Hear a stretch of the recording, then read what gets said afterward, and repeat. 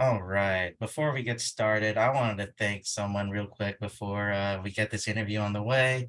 Irish Jaguar, or Stevie, as some of you know, helped me out with some logos. I just wanted to give him a shout out. It's really much appreciated. This is something that's been on my mind for a while now, as we saw in the intro. Um, I'm really nervous. I don't know how it's going to be, but let's get it started. And the 14 people that subscribed even before I got this show on the road, man, means so much. And if you're wondering, this is the Jagged Edge, where sorry, Mia. This is something. How are you doing today? Hey, listen, this is the beauty of editing. I tell people that all the time, man. You're learning as you go. We're having fun. That's all you can ask for. See, the problem is in the channel description, I put this as an unscripted and uncut NFL talk, so I'm not going to edit any of this out. I kind Ah, of that's want all to right. learn on the go. Hey, there's nothing wrong with that. There's no better lesson than experience. So excited to be your first guest, John. It's much appreciated. And yes, I wrote a little introduction, did a little research. I did just take it from the 1010XL website. So I saw that you're from Freehold, New Jersey, now residing here in Jacksonville, Florida. You built your craft, what, 3 years in Cedar Rapids, Iowa, I see. And you work for First Coast News, now you're 1010XL. Yes, sir. That about covers it. That's a lot more of an elevator pitch than how long-winded I would be. So I appreciate the brevity because I need to be more of that. So thank you, sir. Absolutely. Before we get into the meat and the bones of the upcoming game for the Jags this week, is there anything you want to talk about before we get started? Ooh, I don't know, man. Let's talk about I want to lead with this. Can we like cue I did this on XL Primetime earlier today. Can we cue the conspiracy music, John? Because I know we're unscripted and unedited, but this is just insane to me. This stat from the NFL Network earlier today.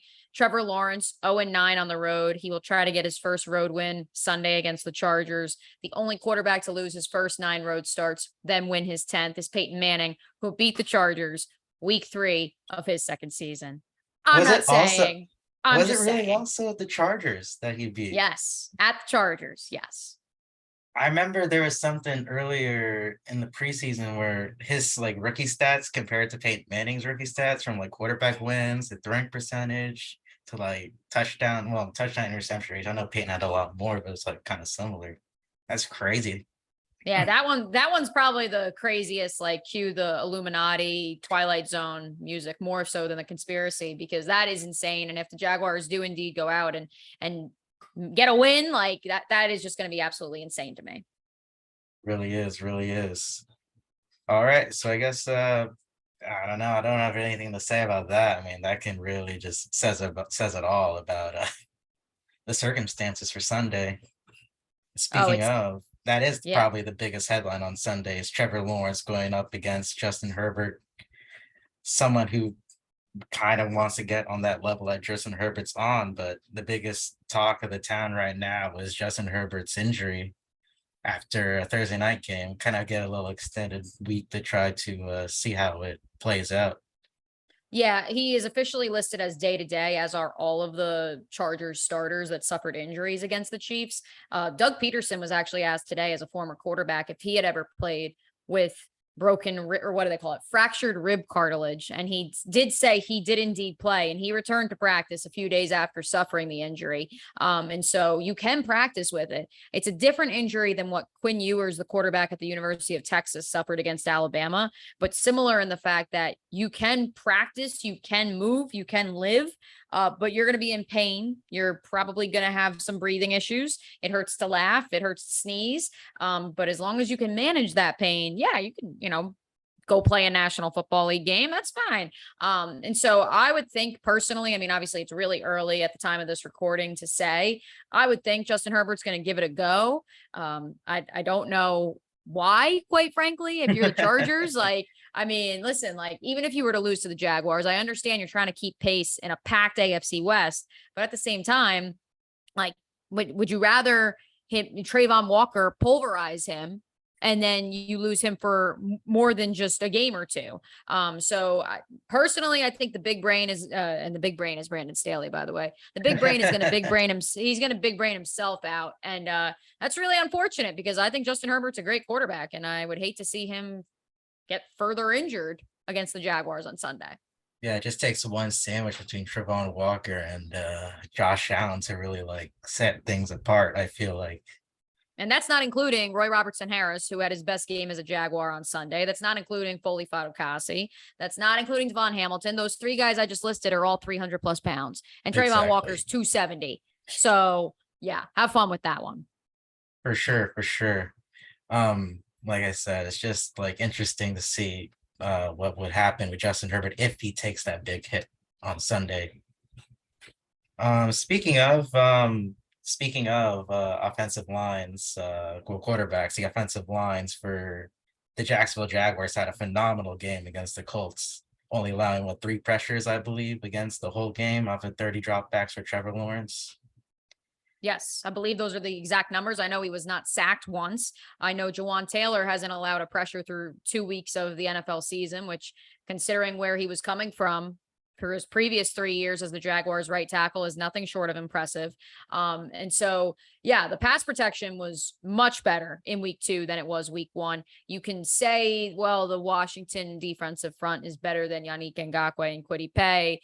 DeForest Buckner was playing at less than 100%. Sure, you can say all of that. But the fact of the matter is that they're going to be going up against a team this upcoming week that has 2 guys that are elite, with all due respect to Daron Payne and Jonathan Allen and the rest of the crew in Washington, and to Jan and Kwity as well. Joey Bosa, Khalil Mack. I mean, those are 2 all-pro type guys that you're going to have on either side of the line for the Chargers. I'm really curious to see what the interior of their defensive line looks like. I really not as well versed with them. I think Tillery is like probably the name to find out, but he hasn't really he's had flashes, I felt like nothing like truly like stands out from the pack. But now since I said that, he's probably getting a sack or 2 on Sunday. That's the way it goes, John. Welcome to the media biz. It's unfortunate. No, I want to look it up right now because I know the Chiefs really weren't able to run as much on the Chargers. And I don't know if that's because Clyde Edwards-Helaire is better as a gadget type guy and more of a Tyreek Hill offense. He ended up with 74 yards and 8 carries, so I take that back. 9.3 average. Why aren't people talking about that? That's something I'm going to bring up on my show tomorrow. I actually have a note on here later on about the Chargers defense when we get a bit to later on. I just want to I won't spoil it then. Yeah, you're good because you did take the words out of my mouth. It is Khalil Mack. It is Joey Bosa on Sunday. So it's probably the biggest test of the season for the Jaguars to see where they're at. And I guess we'll see what goes on. If they can keep Trevor upright, because it was such a far cry from the first week where Trevor was just getting hit all over the place to where now he was not touched in Jacksonville this past Sunday. Correct. Yes. Because in Washington, I believe it was half of all of his dropbacks, there was some sort of pressure created. So that's not exactly what you want. I will tell you, in talking to people in the building, they definitely are high on everyone on the Jaguars offensive line. That includes Walker Little, who obviously is not a starter right now. But they're high on him. They're high on Ben Barch. They're high on Luke Fortner. I think they went into this season thinking, hey, like, we're going to take our lumps and that's okay. And they're sticking with that. And they're seeing enough flashes of good that they feel confident. And I think that they may be higher on Cam Robinson than a lot of other people. Cam Robinson had a pretty good day at the office on Sunday. He got beat those last 2 drives against Washington pretty soundly, more than once. But at the same time, I think as much as now that everyone in Jacksonville is like on this, well, now we're Super Bowl bound, mindset. Highs are highs, lows are lows. Right, exactly. Now that we've all pivoted to that, I do think that this front office and this facility and the staff and everybody within the Jaguars is obviously focused on one game at a time, but they're also focused on the long-term goals. For sure. Let's go from one side of the trenches to the other, though. The defense for sure has had their best game yet. Especially when it comes to former Charger Rashawn Jenkins. He had that interception on the first drive, and he didn't seem to let go. He was ready to hit everything. And but he had still, more passes, John. He had more passes defended in that game than he had in his previous however many games with the Jaguars. And that's something. Ain't that something? But instead of hobbled Colts weapon core that they even had, was it Michael Pittman? They now have to face Austin Eckler, who is just dominant at the passing game as a running back, and they probably gonna have Keenan Allen back, as we know he's still day to day, but I'm just gonna assume he's gonna be back on Sunday. Yeah, So a different time to test hamstring for the Jags. hamstring injury for him. So I am curious to see if he does go, John. He's with the hamstring. Tight end Donald Parham, which their tight end room is not as deep as it used to be. He also suffered a hamstring injury. Corey Linsley, the center, with the knee, and then Trey Pipkins with the ankle foot injury. That's their right tackle. And so that could be two guys on their offensive line that are not 100%. And now you're going to have a defense that's coming off its best performance in recent memory going up against them. Exactly. And actually I did take a note down here is that after the first 2 weeks of the season, Justin Herbert is tied for third in pressures. Well, he had to face the most pressures, only behind Carson, or not Carson Wentz, Matt Ryan and Trevor Lawrence, actually.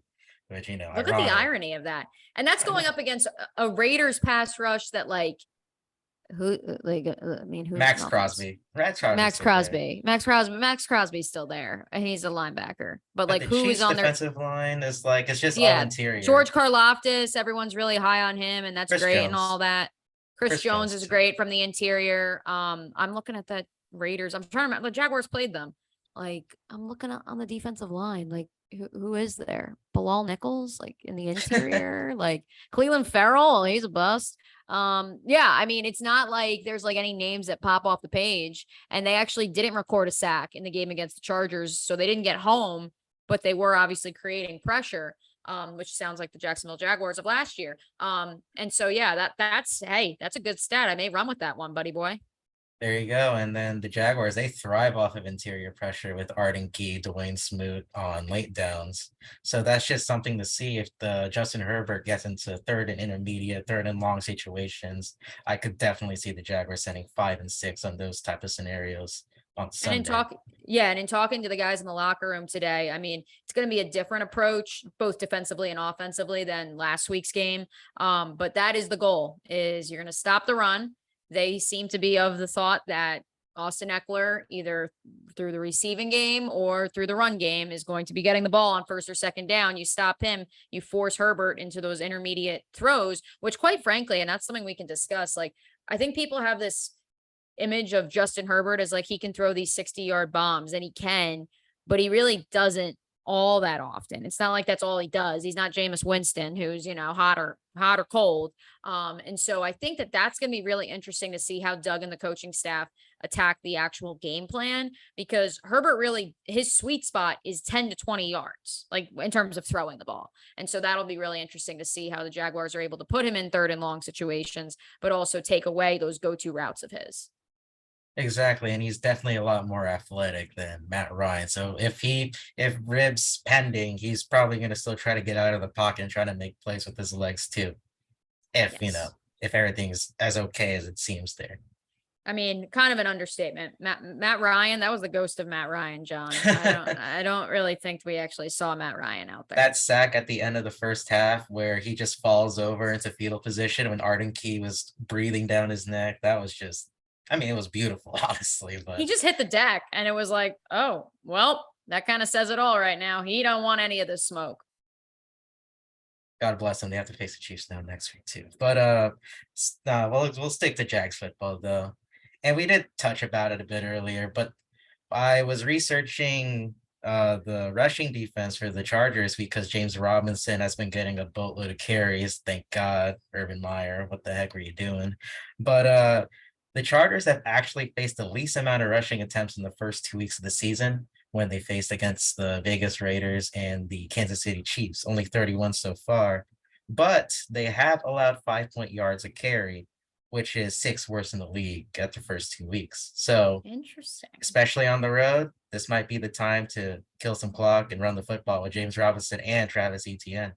Could you get over the fact that the Jaguars had a 9-minute drive to open the game for their first possession on Sunday? I'm looking over at the clock and I'm all I'm thinking is, this is what Kyle Shanahan and the 49ers did to the Jaguars last year, if you remember at the bank, where they literally almost killed the entire first quarter with a slow burn churning down the field. And that's what the Jaguars did. And so they've proven that they can do it. And Doug Peterson, and, he kind of joked about it all week. You told me to run the ball, so I ran the ball. And it obviously didn't necessarily result in the stats, but it obviously resulted in creating an offense that was very fluid, and it opened up the passing game for Trevor. And again, it was a Gus Bradley defense. So they were taking what they gave them, a lot of underneath stuff. They capitalized on it. I asked a lot of guys in the locker room today, like, look, is that what this offense is, or is that was just because you were going up against Gus and company? And they just said it was kind of a little bit of both. So it'll be very interesting to see. I think in saying it's a little bit of both, they're hinting at exactly what you said, which is they are going to run James Robinson on the first play of a drive, and then they're going to go from there. Yeah, God bless Urban Meyer. Yeah, I know. God bless. This time last year, remember when Carlos Hyde was getting the bulk of the carries? Woo, what a time. Oh man, I don't want to be reminded about those days. But let's see here. What else do I got noted down? And speaking of that defense, 35% of their receptions allowed have been to the tight end position, that Chargers defense as well. And Evan Ingram's definitely got a fair share of his targets last week, catching 7 of 8. So yes, the Chargers did face Travis Kelce last week and Darrell Waller week 1. So when he goes down to those like second and long, third and short situations, do you think Evan Ingram is going to be that guy that Jacksonville looks towards to on Sunday? Absolutely. I think he's absolutely, especially because you saw how physical he can be when he catches the ball. I mean, he was not afraid on that 1 third down conversion. I mean, no offense, but most Jaguar tight ends of recent past would have caught the ball and looked around and been like, what now? He had the wherewithal to recognize, hey, the marker's a yard in front of me. Let me dive for it and make sure I get that first down. And so I think that sort of aggressive style is going to be really critical to have in this game, because I'm really curious to see if the Chargers put a linebacker on him, if Derwin James is inching up and he's who's covering Evan Ingram, if he's playing more of a center field role, because we also see how much damage Christian Kirk can do underneath. And so don't rule him out as well as kind of a safety valve for Trevor Lawrence, because he has proved to be. And then, of course, you do have Travis Etienne as well, which I know a lot of fantasy football owners out there are very upset that he hasn't had the numbers that they want him to have. Hey, listen, if he gets the 2 touchdowns week 1, we're not even having that conversation. But I do think that you'll see more from Travis as well underneath, and some of those short, like you said, short yardage situations. And I feel like since people were complaining last week toward the second half of the game where they just kept like running and just kind of stopped, but that was just more game management more than anything. I feel like that screen passes to like both Robinson and especially Etienne would be super efficient to and they run worked throughout the day.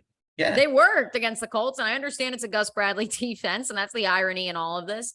But at the end of the day, like, the screen game worked in Jacksonville for the first time since when? Like, I mean, for years, or at least the 4 years I've been here, it's the other team that torches the Jaguars with the screen game. And so for them to torch someone else in the screen game was a beautiful sight to see. For sure. Anything else you want to add?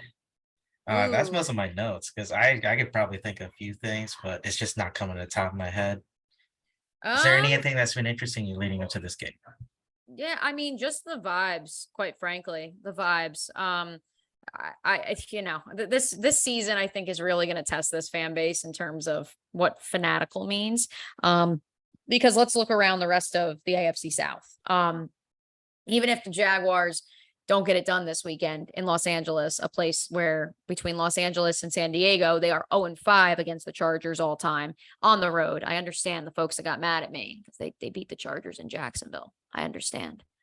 But when they go on, the whole point of me saying this is on the West Coast, historically, the Jaguars have had issues. And so, overcoming that is going to be one thing. Where was I going with this? See, here you go. Here's your unscripted. There you go. That's See, what now I I lost hear. my train of thought. I had a long day of running around with this team. But yeah, 0-5. historically out there. It's going to be interesting to see. They are actually going to fly out Saturday morning. And so Doug Peterson's goal is to basically keep everyone's internal clock on Eastern Standard Time. So lights out is by 9 o'clock, and they'll like land. They'll have meetings from 4 to 8, and then they'll all go to bed. And that'll be that. And then they'll wake up, they'll play the game, and they'll fly back. So that's going to be interesting to see. What else was I gonna say? I had something good and I lost my train of So thought. you were saying something about the AFC South. So I feel Yeah, like yeah, even yeah. if they Yeah, do let's span lose, that's what I was gonna say. We're testing this fan base. Like, because even if the Jaguars lose, if the Colts look awful again and the Titans look awful again and the Texans look awful again, everyone's gonna be like, well, like either they're gonna be like, hey, it doesn't matter because as long as we take care of the division, things are great. But B, wow, well, we missed a really great opportunity to pick up some further ground in the AFC South standings. And so, and also the fact that this is still the third youngest team in the National Football League here in Jacksonville. And so they may look great one week, they may not the next. That's just how it goes. And I think that this coaching staff is built to accept that. I'm not sure the fan base is going to be able to handle it at times, but I think it's okay because you have a head coach. And so just trust in Doug. I know you were told that once before under a different Doug who is still in my Twitter cover photo. yeah, Trust this Doug. Look at that play design, not just in the win over the Colts. Look at the play design against Washington. The execution wasn't there, but the play design was some of the best we've seen offensively in Jacksonville in years. yeah, I wanted to touch upon it. You said it best because I was talking to, well, our friend Andrew Willis that if you just look at the eye test the first 2 weeks, Jacksonville is kind of far and beyond like the best looking team in that division. Tennessee, they struggled to put the Giants away. They paid for it at the end. Then they got their wheels blown up by the Bills, but the Bills are just blowing everybody out of the water right now. Texans, they couldn't finish a 17-point lead against that Colts team that we saw, and they're awful. And then Nathaniel Hackett just tried to give that game away to Houston, and they couldn't do anything with it. Nathaniel Jacksonville, Hackett, like where, like, I don't want to call him a war criminal, but like, what are we gonna do? What are we gonna do with him? Like, I just don't get it. Like, this it makes man, me feel better about the London game. I don't want to look too far true. ahead, but that makes me feel so much better Well, it looking at our makes you feel better scheduling. about the London game. And again, like you said, not to look too far ahead, because not only is this Nathaniel Hackett, Russell Wilson could have called timeout against the Seahawks. Russell Wilson could have taken charge of this offense last week, but he didn't. And so that's why I'm like, what the heck are they doing over there? So yeah, no, but AFC South. Let's talk the AFC South. Ryan Tannehill, I mean, regressing, aging, whatever you want to call it. 11 of 20, 117 yards with 2 picks, 0 touchdowns. Malik Willis, we thought he might be him. I mean, he got thrown into the deep end, so we'll give him a That's pass. what I was gonna say is that they kind of just throw him in there too early. That's what you never ever want to do with a rookie quarterback. If you're gonna No. sit him, either stay the course, but once you give that fan base a taste of what could be, it will just ruin kind of the psyche throughout that quarterback room and the fan base. Oh, I So made the hot take like 6 months, not 6 months, like 2 months ago. I think Malik and I think Kenny Pickett are both going to be starting by midseason. I made that prediction like months ago, and everyone was like, this is different than 2019 when it was Mariota and Tannehill. And I was like, yeah, it is. They invested a 3rd-round pick in this kid. And Ryan Tannehill is aging. Marcus Mariota wasn't aging. He just was regressing.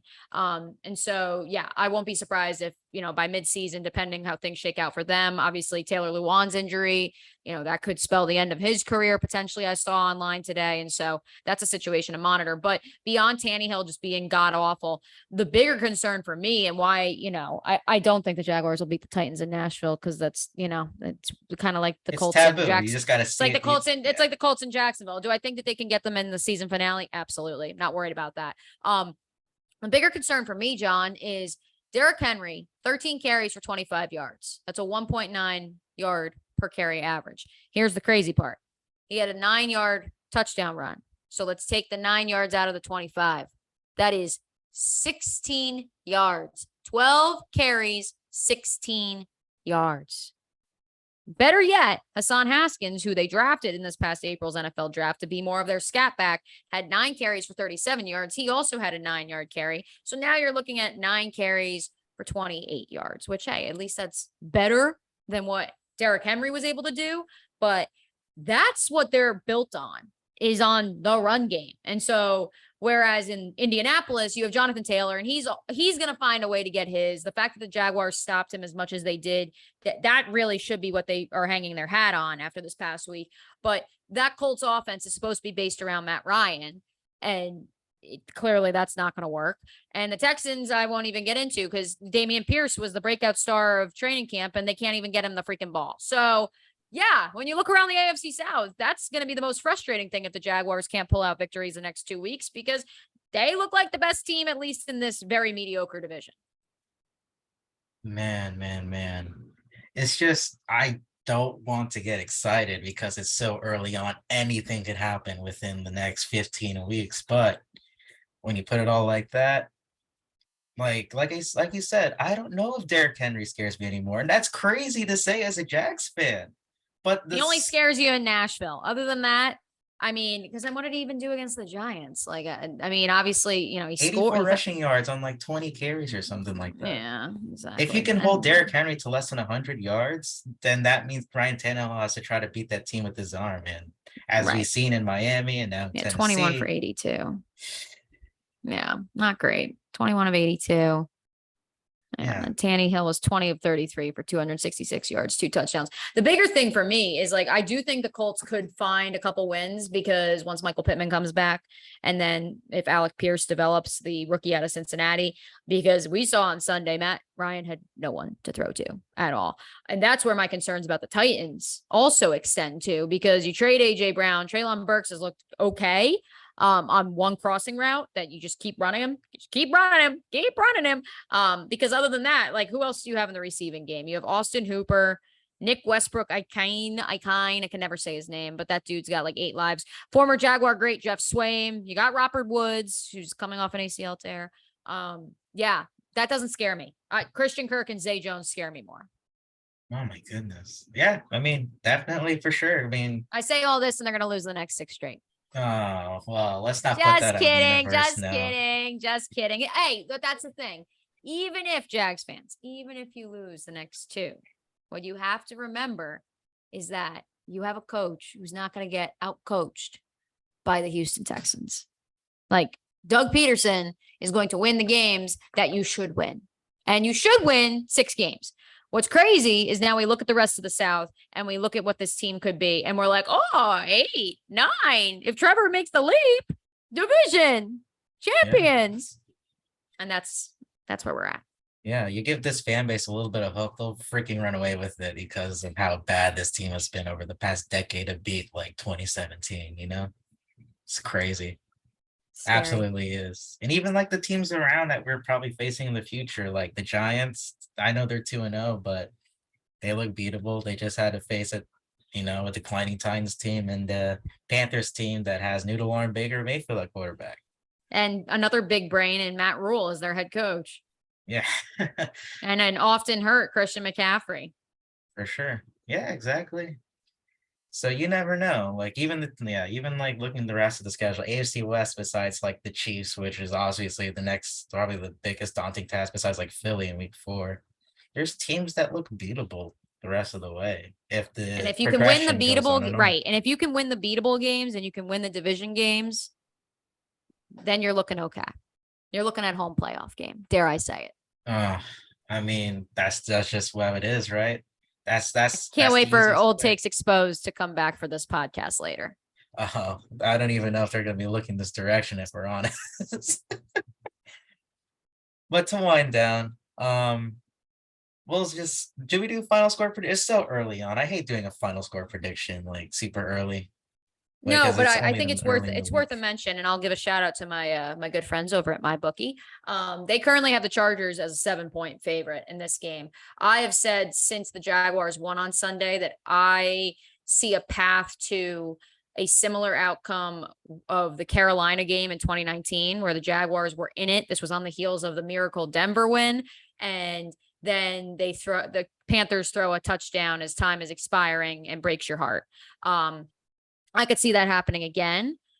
I also, now that to bring this full circle, now that I saw the stat about Peyton Manning and Trevor Lawrence and their first road win, maybe we see Team something of destiny. similar to Team that of team of destiny. destiny. Some other notes on that game, by the way. The Colts defeated the Chargers 27-19. So that was an 8-point win. So bet the over, people, or no, well, take the Jaguars outright, I should say. Yeah. Peyton was 29 of 54 in that game, 404 yards, 2 touchdowns, 1 rushing touchdown, and an interception. The other quarterback, the Chargers quarterback that day, Jim Harbaugh. And as someone on the timeline pointed out to me, Jim Harbaugh, same initials, Justin Herbert. So What with all the that heck said, is this? I didn't even know all this. And then you just go deep dive, deep dive, deep dive. And it's like, I'm in the conspiracy game. oh my goodness. You just learn something new every day, it seems like. Shout out to the internet. It's fantastic. Really is. It really is. And it's well known that Trevor Lawrence's idol growing up was Peyton Manning. So yes, let's do a final score prediction before we wind up today. What do you see? What do you say now? I am gonna stick as of this writing as we tape this on a Wednesday. I may change it by Friday. Tune into 1010XL, XL primetime, 12-3. I still have the Chargers by a touchdown. I do have the Jaguars having one of their highest scoring outputs that they have had in quite some time. And so I see the Chargers winning in a wacky, yes, I said wacky, 34-26 game. It's funny. I also, if you asked me earlier in the week, I was thinking it was going to be a 8-point loss from the Jaguars because that's just how Vegas always gets their way somehow. Earlier in the week, I was thinking like 23-15. I feel like both these defenses will get their way at some point. But after all the conspiracy talk you laid upon, nah, I can't do it. The Jaguars haven't Maybe won by the Friday. Maybe by Friday. Our last West Coast win was actually when the Raiders were still in Oakland. So Gardner Minshew is the quarterback. You just got to show me. I just can't tell myself the Jaguars are winning this game until they do it. Prove me wrong, though. Prove me wrong. That's all I'm going to say. That doesn't matter. I still think 23-15 Chargers. Prove me wrong. Let's hope they do. Wrong. But we'll never know. We'll see if Keenan Allen's healthy enough to go. We'll see if Justin Herbert's going to be healthy enough to go. But Mia, I really appreciate again for you doing this with me. First guest, first episode. I'm not gonna lie, I was nervous throughout this whole thing. I don't know if it was the energy drink I had and didn't have to wash it down with water before then. But like I said, I'm learning still. But I tell people all the time when I interview them, John, I always say conversation, not interrogation. And you did a great job simply having a conversation with a friend. And I know you will do so over the course of the Jagged Edge podcast. oh man. Making my fit. Oh man. The stroke and the V goes in the end. And of course, me O'Brien, 1010XL. I really appreciate having you on and thank you for even agreeing to this. It means the world to me. Always, buddy boy. All right. You have a good rest of your night. Wind Thanks, down. friend. Thank you.